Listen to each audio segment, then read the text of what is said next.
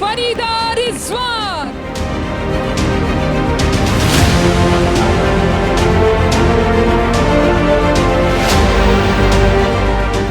Good morning everyone, मेरा नाम फरीदा रिजवान खान है।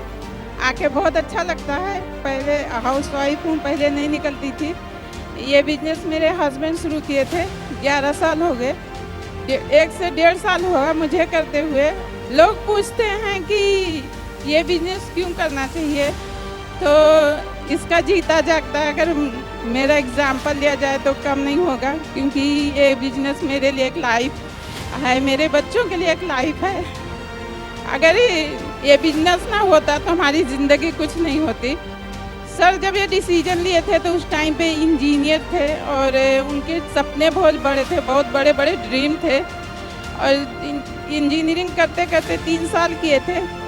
कितना उनका वहाँ से पे आउट था मुझे नहीं पता था, शादी के बाद भी किए थे। लेकिन उनका ये था कि हाँ, मेरे बच्चों को मैं एक अच्छी लाइफ दूँगा। और जब नेटवर्किंग कर रहे थे शादी के टाइम पे, एक टूटा हुआ स्कूटर था। जब मेरी बेटी हुई तो उनका एक ये ड्रीम था कि मुझे अपने बच्चों को बहुत अच्छे लाइफ देना है। उसके लिए एक ही ऑप्शन था कि नेटवर्किंग किया जाए। नेटवर्किंग के एन भी मुझे नहीं पता था, लेकिन वो करते गए। बहुत सारी कंपनी किए और कंपनियां बंद हो जाती थी। जैसे थोड़ा सा अच्छा दिन वो आते थे, जैसे कंपनियां बंद हो जाती थी। लेकिन अगर वेस्टीज उस टाइम पे होता तो आज बहुत आगे और भी हम होते। वेस्टीज से जब पहला पे आउट आया था वो 32 रुपये का था और हाईएस्ट जो है 18 लाख प्लस का है। जब वो थे तो 2 गाड़ी लिए थे, एक ऑडी Q3 एक फोर्ड फीगो।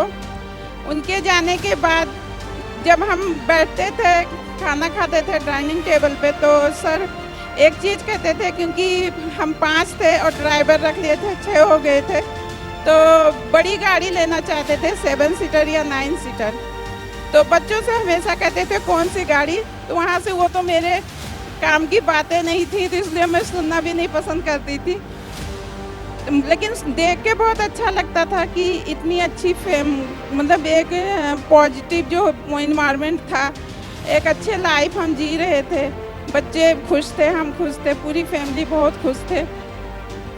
तो बच्चों का एक ये था कि हाँ, एक गाड़ी हम लेंगे और बड़ी गाड़ी लेंगे। लेकिन जब सर के जाने ये सब हो गया, अचानक हुआ, कोरोना हुआ और 10 दिन में सब कुछ ख़त्म हो गया। तो लेकिन बच्चों के माइंड में था कि हाँ, पापा होते तो शायद लेते।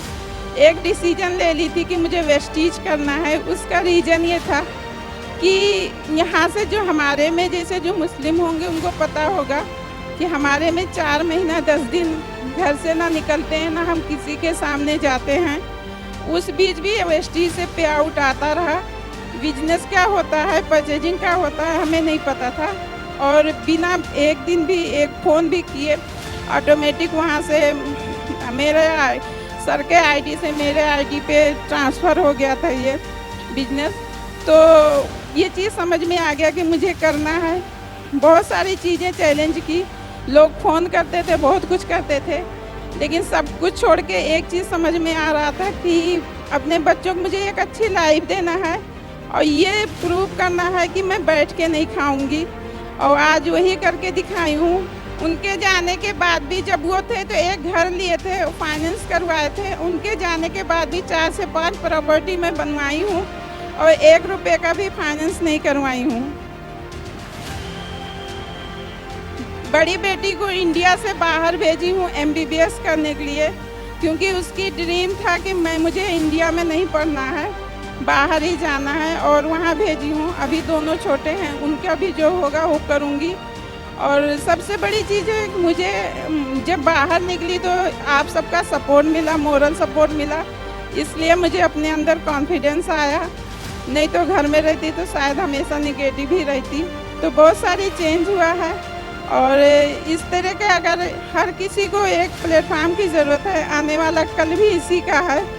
जैसे अभी सब पूछ रहे थे, एक भी मैं मीटिंग सेमिनार कोई चीज़ नहीं छोड़ती हूँ, वहीं से सीखती हूँ।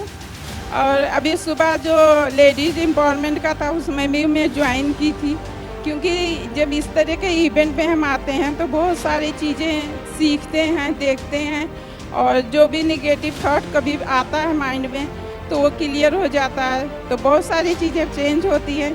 और बस आप सब भी इस तरह के इवेंट में आते रहिए और बहुत सारी चीज़ें सीखेंगे। Thank you so much.